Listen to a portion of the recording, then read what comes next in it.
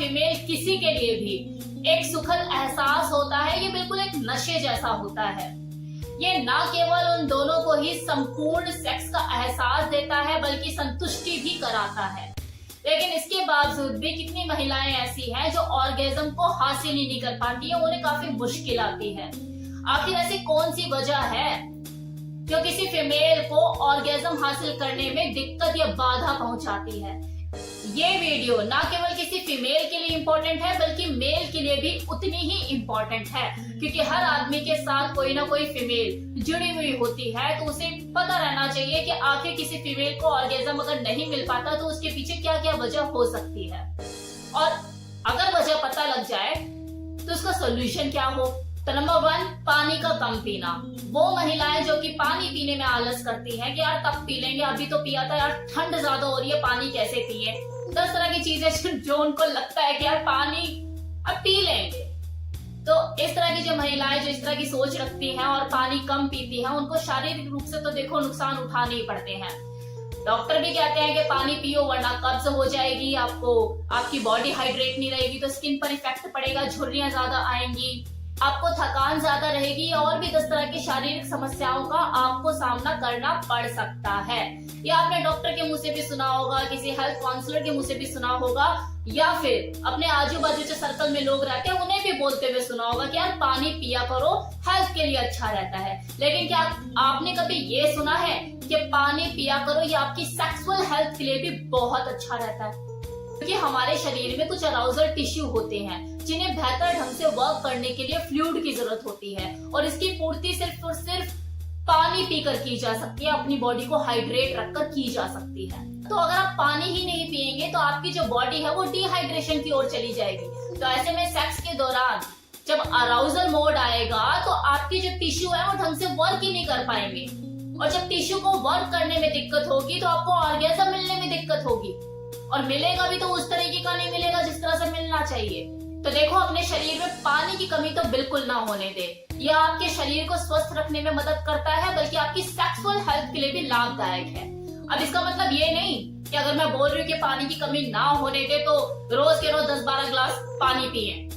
पानी हमेशा अपनी बॉडी वेट के हिसाब से ही पिए।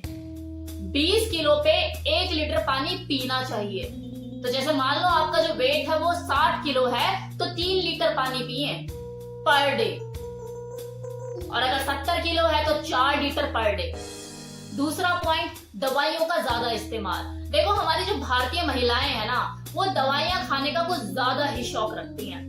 सर में दर्द हुआ दवाई, हाथों पैरों में दर्द हुआ दवाई, हल्का सा लग रहा है कि शिवरिंग सी हो रही है, यार मुझे बुखार ना हो जाए दवाई। 10 तरह के काम मेरे घर में पेंडिंग पड़े हैं, कपड़े कौन धोएगा, ये कौन करेगा, वो कौन करेगा, सारा काम फैला हुआ है। एक बात बताइए, क्या घर के काम कभी जिंदगी भर खत्म हुए हैं? ऐसा है कि आपने आज काम निपटा दिया तो कल आपको दोबारा ये काम नहीं मिलेगा करने के लिए? ये तो जिंदगी भर लगे हुए हैं। खाना आपको रोज बनाना है, बर्तन आपको रोज धोने, कपड़े आपको रोज धोने हैं। ये डेली बेसिस के वर्क है जो कभी खत्म नहीं होने वाले। लेकिन हाँ, ये जो दवाइयों का सेवन आपका जरूरत से ज्यादा है ना, डिप्रेशन की दवाई, बर्थ कंट्रोल पिल, बीपी की दवाई, और सर की दवाई, हाथों पैरों की दवाई, मतलब की दर्द की दवाई, आपकी हेल्थ जरूर खत्म कर देगी। टाइम से पहले आपको बूढ़ा कर देगी, एजिंग का शिकार हो जाओगे आप टाइम से पहले, बुढ़ापे का, क्योंकि आपको अंदर ही अंदर खोखला करती है। आप तो दवाई को रामबाण समझ के कि मैं दवाई खा लूंगी और मैं सारे काम 2 चुटकी में निपटा दूंगी, लेकिन आपको पता है यही दवाइयां आपको अंदरूनी रूप से धीरे धीरे खोखला करने में लगी हुई है। इसका बहुत ही नेगेटिव इफेक्ट पड़ता है आपकी सेक्सुअल हेल्थ पे। धीरे धीरे आपकी यौन इच्छा खत्म होने लगती है, सेक्स ड्राइव पर असर पड़ता है। दवाई नहीं देती, ये मेरा रिकॉर्ड है, मैं दवाई लेके कभी भी खुद को ठीक नहीं करती। मैं अपने इम्यून सिस्टम पे काम करती हूँ कि मुझे जल्दी से कोई बीमारी छुए ना, और अगर छूती भी है तो छू मंतर हो जाए, दवाई लेने तक की तो मुझे जरूरत पड़े ही ना। तो अपने इम्यून सिस्टम को ऐसा बनाइए, अच्छी डाइट फॉलो कीजिए, दवाइयों से दूर रहिए, एक्सरसाइज कीजिए और गहरी नींद लीजिए। देखो, दवाइयों का ही नेगेटिव इफेक्ट है जो धीरे धीरे आपकी सेक्स ड्राइव कम होने लग जाती है, आपको सेक्स करने का मन नहीं करता और आपको अराउजल फील नहीं होता, और अगर आप सेक्स करें तो वो ऑर्गेज्म उस तरीके से नहीं मिलता जिस तरह से मिलना चाहिए, या मिलने में दिक्कत होती है। तीसरा पॉइंट, ब्लैडर का भरा रहना। कोशिश कीजिए कि जब भी आप सेक्स करने वाले हो तो उससे कुछ देर पहले आप यूरिन पास आउट करके आए। पूरी तरह से अपने आप को फ्रेश कर ले। अगर लगता है कि नहीं मुझे थोड़ी देर के लिए बाथरूम में बैठना है, अपने आप को पूरी तरह से फ्रेश करना है, तो वो काम भी करके तब भी सेक्स करें। इससे क्या होगा, आपका कंसंट्रेशन बढ़ेगा, आपका सेक्सुअल एक्ट में मन लगेगा, क्योंकि बॉडी फ्री होगी ना, हल्की होगी।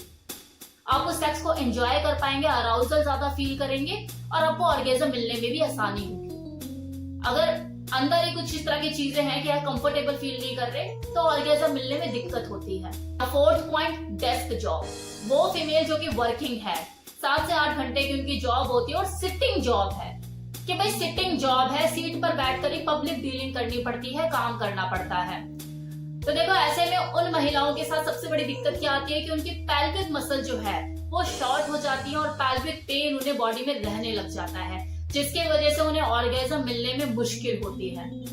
तो ऐसी महिलाओं के लिए मैं यही कहूंगी कि माना कि आपकी सिटिंग जॉब है, लेकिन अगर आप 2-3 क्लाइंट को खड़े होकर भी डील कर लोगी तो आपका जो बॉस है वो पैसे नहीं काटेगा आपके, और महीने के पैसे देगा ही देगा, क्योंकि आप अपने काम को बेहतर ढंग से करके दे रहे हो। उससे मतलब नहीं कि आप बैठ कर रहे हो या खड़े होकर कर रहे हो।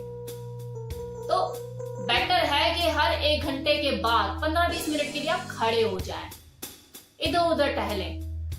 और वैसे भी देखो, ज्यादा देर बैठे रहने से तोंद निकल ही आती है, पेट निकल ही आता है।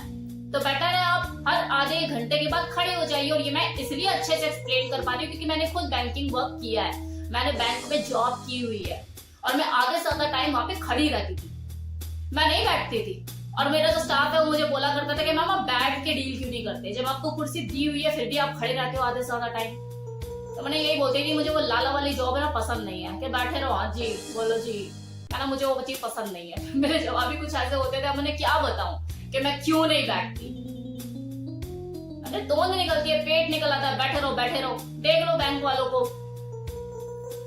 उनके टम्मी में और एक सुनार जो लाला टाइप होते हैं ना, जो बैठे रहते हैं, उनके टम्मी में आपको कोई ज्यादा फर्क नजर नहीं आएगा। तो मेरे लिए तो सबसे पहले मेरी फिजिकल हेल्थ सबसे ज्यादा इंपॉर्टेंट है, फिर मुझे इससे फर्क ही नहीं पड़ता कि कोई क्या कहता है कि यार खड़ी क्यों रहती है। तो जब लोग मुझे टोकते थे, मेरा जवाब यही होता था, मैं ना अपने पैरों पे खड़ी हुई हूँ ना, तुम्हारे पैरों पे तो नहीं खड़ी हुई ना। मैंने जाओ जाके अपना काम करो, तुम्हें जो काम चाहिए वो मिल जाएगा तुम्हें। तो इस तरह से अपने आप को प्रायोरिटी पे रखो, खुद की हेल्थ को प्रायोरिटी पे रखो, बाकी चीजें बाद में। नाउ लास्ट पॉइंट जो कि बहुत बहुत बहुत इंपॉर्टेंट है, मानसिक तनाव, मेंटल स्ट्रेस, डिप्रेशन। अगर इस तरह की चीजें आपके साथ है, इन सब चीजों से अभी निकलिए, एग्जिट कीजिए। जितना स्ट्रेस ले सकते हैं उतना ही लीजिए, जरूरत से ज्यादा नहीं, मरने की जरूरत नहीं है।